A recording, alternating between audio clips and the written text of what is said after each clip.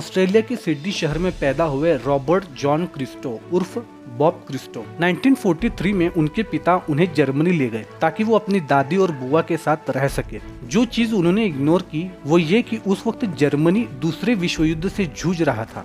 ऐसे वक्त में बॉब क्रिस्टो जर्मनी में थे। पढ़ाई के साथ साथ बॉब ने थिएटर भी सीखा।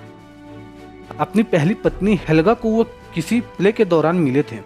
हेल्गा और उनके 3 बच्चे हुए, एक लड़का और 2 लड़कियां। हेल्गा की एक दर्दनाक कार एक्सीडेंट में मौत हो गई। उसके बाद बॉब ने अपने बच्चों को एक अमेरिकन कपल को सौंपा और एक आर्मी असाइनमेंट पर वियतनाम चले गए। वहां वो सैनिकों को छुपे हुए माइंस खोजकर नष्ट करने में मदद करते थे। वियतनाम के बाद क्रिस्टो ने कई जगहों की खाक छानी। हांगकांग, सेशल्स, ओमन, साउथ अफ्रीका, एक बार रोडेशिया में जो कि आज का जिम्बाब्वे है। उन्होंने एक मैगजीन के कवर पर एक इंडियन एक्ट्रेस परवीन बाबी की तस्वीर देखी। वो परवीन बाबी के भयानक वाले फैन हो गए। वो खास परवीन बाबी से मिलने की तमन्ना लिए इंडिया आ गए। ओमन में एक कंस्ट्रक्शन कंपनी में सिविल इंजीनियर की जॉब उन्हें मिलने ही वाली थी। उनका कॉन्ट्रैक्ट लेटर आना ही बाकी था। उसके आने तक मुंबई एक तुरंत विजिट हो सकती है, पर एक बार इंडिया आए तो यहीं के होकर रह गए। बॉब क्रिस्टो को समंदर से दीवानगी की हद तक प्यार था, इसलिए जब वो मुंबई पहुंचे तो सबसे पहले उन्होंने जुहू बीच की ओर रुख किया, ये देखने की तैरने और वाटर स्पोर्ट्स की क्या क्या सुविधाएं हैं। वहां से निकले तो एक फिल्म यूनिट से टकरा गए। यूनिट चर्च गेट के एक टी स्टॉल पर चाय पी रही थी।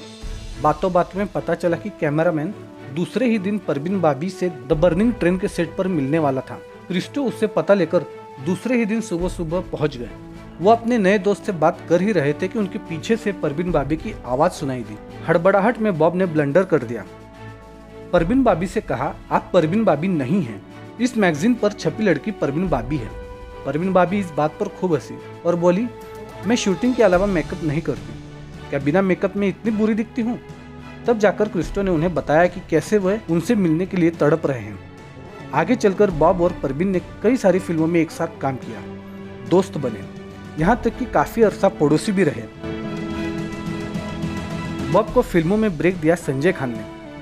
राज कपूर, संजय खान और जीने तमान की फिल्म अब्दुल्लाह में साल 1980 में इसमें उन्होंने एक जादूगर का रोल किया था जो डैनी के लिए काम करता है। वहां से शुरू हुआ सिनेमा का सफर 200 से भी ज्यादा फिल्मों तक चलता ही रहा। गैंगस्टर, जालिम ब्रिटिश ऑफिसर, गली का गुंडा, करप्ट पुलिस ऑफिसर, डकैत, सुपारी किलर जैसे तमाम रोल उन्हें मिलते रहे। किसी ने भी कभी भी उन्हें किसी पॉजिटिव रोल में लेने की सोची ही नहीं।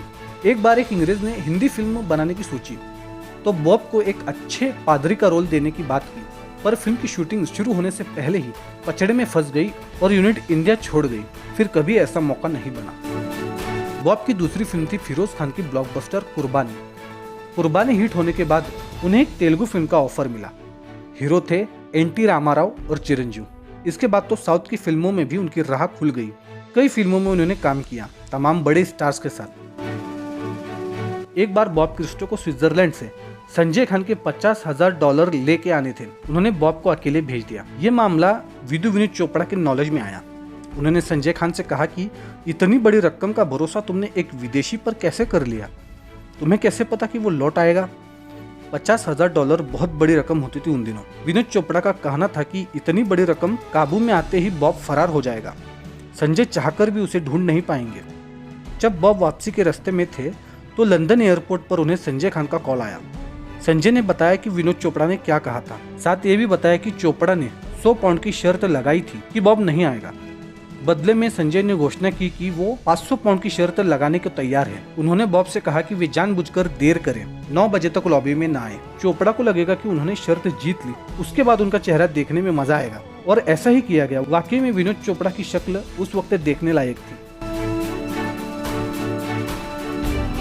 बॉब क्रिस्टो ने मर्द, कुर्बानी, मिस्टर इंडिया, गुमराह, रूप की रानी, चोरों का राजा, the sword of Tipu Sultan जैसी कई फिल्मों में काम किया। फिल्मों से दूरी बनाने के बाद वो बेंगलोर शिफ्ट हो गए, जहां वो योग इंस्पेक्टर बन गए और 20 मार्च 2011 को उनकी हार्ट अटैक से मौत हो गई। तो कुछ ऐसी थी बॉब क्रिस्टो की जिंदगी। क्या आप इस एक्टर को नाम से जानते थे या नहीं, ये बताइए कमेंट करके। धन्यवाद।